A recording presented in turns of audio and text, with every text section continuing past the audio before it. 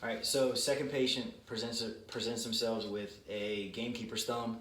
So they're allowed to return to play so long as they have the proper splint on. So what we've made is a hand-based thumb spica. Gamekeeper's thumb is when the thumb is abducted and hyperextended. And so what we want to do is keep it from doing that again.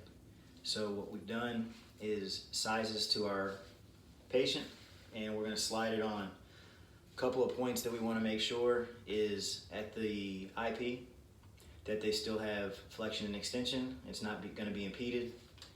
And then what we also want them to do is be able to touch each fingertip to their thumb without the brace having any restriction.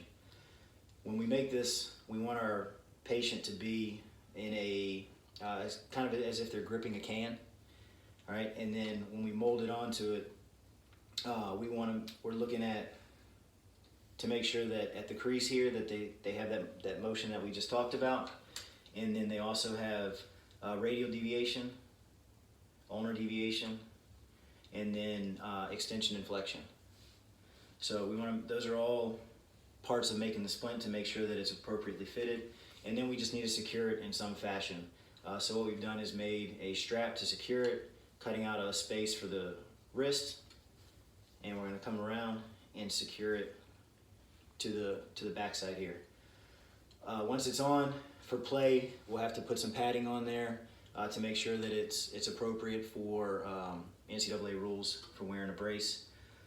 A couple of key points with making the brace: it obviously has to be able to slide on and off. We want to make sure that all the edges are rounded, that there's no pinching, there's no bunching inside the splinting, and that of course it fits appropriately. If we need to make any adjustments as the player has concerns, then we'll just make minor adjustments as we need to.